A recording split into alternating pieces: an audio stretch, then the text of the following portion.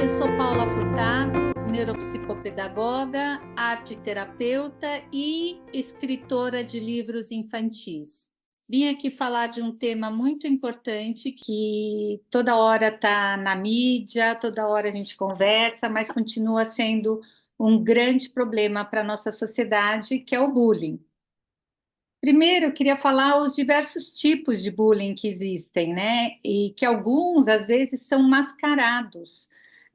Tem o bullying físico, que é aquele de agressões, socos, pontapés, é quando tem alguma agressão física mesmo.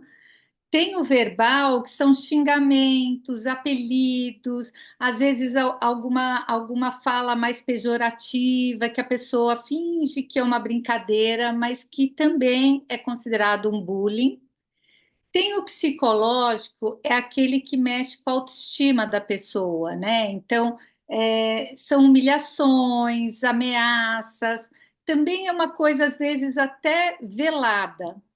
E o social? O social é o pior para a gente identificar, porque ele surge muito assim na surdina, né? Então, às vezes, eles fazem um isolamento social da criança, do adolescente, então, eles vão influenciando outros para não incluírem ele nos grupos. Então, essa criança ou esse adolescente vai ficando isolado, mas não tem uma prova assim de que aquilo está acontecendo, porque é tudo muito velado, né? Então é um isolamento.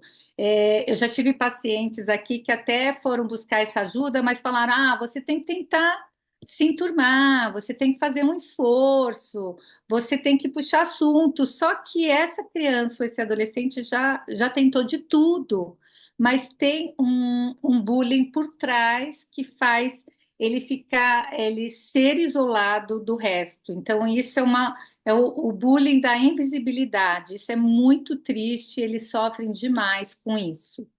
E tem hoje, né, na modernidade, o cyberbullying, né, que é aquele que eles fazem grupos para falar mal de alguém, ou coloca na internet anonimamente. Então, esse é bem complicado, assim, da gente perceber. Preste atenção aos sinais de seu filho. Como que os pais, os professores podem perceber que a criança ou adolescente está sofrendo bullying?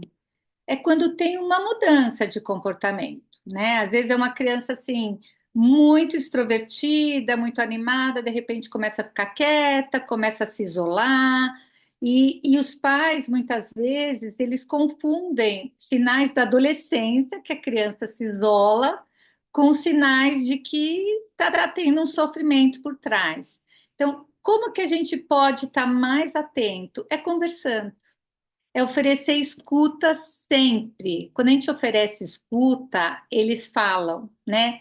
Aquela escuta de, eu tenho percebido que você está diferente, o que está acontecendo? Está faltando muito na família esse olho no olho, sabe? Esse momento assim de que todo mundo está junto e que eu realmente percebo alguma coisa diferente no meu filho.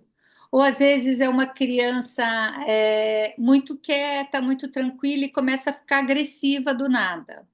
Tudo responde mal. Então, é lógico que tem um limiar entre adolescência e sofrimento mesmo. Mas um pai mais atento, uma pessoa que convive, consegue perceber que alguma coisa está errada, né? O que eu queria falar para pais, educadores, é para ficarem atentos desde pequeno.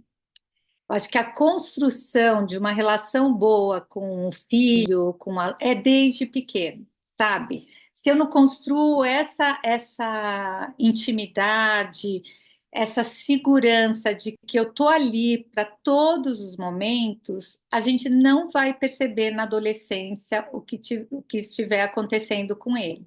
Então, tem que ser a casa, a escola tem que ser um lugar de escuta, porque quando eles se sentem ouvidos, eles se abrem, né? Então, muitas vezes a gente vê essa onda de bullying, suicídios, é porque está faltando escuta, está faltando aqueles momentos em família. Às vezes os pais estão correndo tanto para dar o melhor para o filho, em termos materiais, e esquecem que a presença física, essa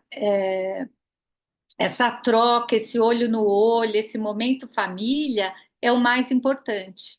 Porque quando eu me sinto seguro, eu me abro, eu consigo ver ali como uma pessoa que vai me ajudar, não como uma pessoa que vai me criticar, ou não uma pessoa que só me cobra por tudo que ele me proporciona. Então, mais presença e menos presentes. Eu acho que essa presença é o maior presente que a gente pode dar para os nossos filhos. Como agir em caso de bullying? E quando eu percebo, e quando eu escuto e realmente ela está sofrendo bullying, é procurar ajuda psicológica e procurar ajuda na própria escola, porque muitas vezes a escola nem está sabendo, principalmente quando esses bullying mais velados, o bullying psicológico, às vezes nem chega ao conhecimento da escola, mas colocar a par também, né, os educadores, para todo mundo trabalhar junto e fazer realmente a escola um espaço de inclusão, que cada vez mais a gente vê que isso não existe, né? Que a escola tá lá, as crianças estão lá, mas continua tendo. A gente ouve notícias horríveis, né? Na TV, de agressões físicas, de verbais, de crianças ainda em sofrimento, porque não tem uma real inclusão. Às vezes tem um discurso muito lindo, mas pouca ação. Então, está numa hora de toda a sociedade se juntar e realmente a gente fazer uma reflexão e tomar medidas sérias de como combater esse bullying, de ter mais palestras, de ter mais dinâmicas, mais atividades inclusivas, né? Para a inclusão sair do papel e realmente virar uma realidade para a gente. Reveja algumas orientações da especialista. Fique atento às mudanças repentinas de comportamento, como isolamento, dores e tristeza. Converse com seu filho. Faça-o se sentir seguro para contar os seus problemas. Em caso de bullying, procure ajuda psicológica para a criança ou adolescente. Informe a escola, peça ajuda e cobre atitudes. Bullying não é coisa de criança. É violência e precisa ser enfrentada. Gostou das orientações? Você pode entrar em contato com Paula Furtado pelo Instagram, @PaulaFurtadoPF. E acompanhe diariamente as indicações de profissionais de saúde e bem-estar, comprometidos em compartilhar conhecimento de qualidade, aqui, no Saúde em 3 Atos.